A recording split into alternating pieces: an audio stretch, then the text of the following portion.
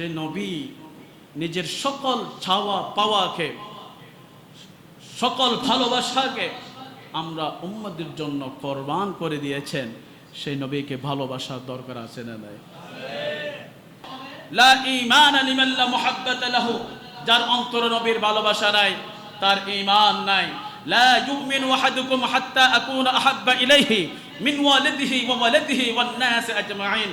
মুসলিম শরীফের হাদিস, বুখারী শরীফের মধ্যে রয়েছে, ব্যক্তি ততক্ষণ পর্যন্ত পরিপূর্ণ ঈমানদার হতে পারবে না যতক্ষণ পর্যন্ত মা বাবার চাইতে, সন্তানদের চাইতে, আত্মীয় স্বজনদের চাইতে, দুনিয়ার সকল মানুষদের চাইতে যতক্ষণ পর্যন্ত নবীর ভালোবাসা আমাদের অন্তরে বেশি থাকবে না ততক্ষণ পর্যন্ত আমরা পরিপূর্ণ ঈমানদার হতে পারবো না। সুবহানাল্লাহ।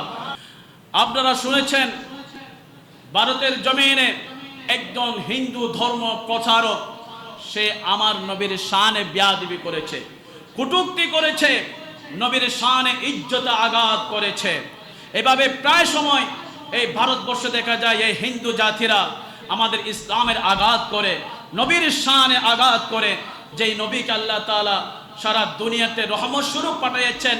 ইন্নাকা লাআলা খুলুকিন আযীম, সর্বশ্রেষ্ঠ মহান চরিত্রের অধিকারী বানিয়ে যেই নবীকে দুনিয়ায় পাঠিয়েছেন, যেই নবীর হায়াতে জিন্দেগিতে একটা ভুল ছিল না, একটা বিন্দু পরিমাণ ভুল ছিল না, সেই নবীর শানে তারা আঘাত করে যায়, সেই নবীর শানে বেয়াদবি করে যায়।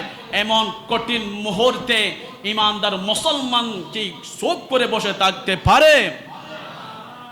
আমি অনুরোধ করব আপনাদের কাছে, যখন যে সময়ে, যেই মুহূর্তে যেই জালেম, যেই কাফের মুশরিক ইসলামের উপর আঘাত আনবে, নবীর শানে আঘাত আনবে, তখন আমরা ঈমানদার মুসলমান চুপচাপ করে বসে থাকতে পারবো না।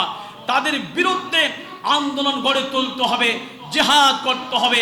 নবীর জন্য যদি প্রয়োজন হয় নিজের জানটা পর্যন্ত কোরবান করে দিতে হবে। কথা বলুন, দেখছি না? এই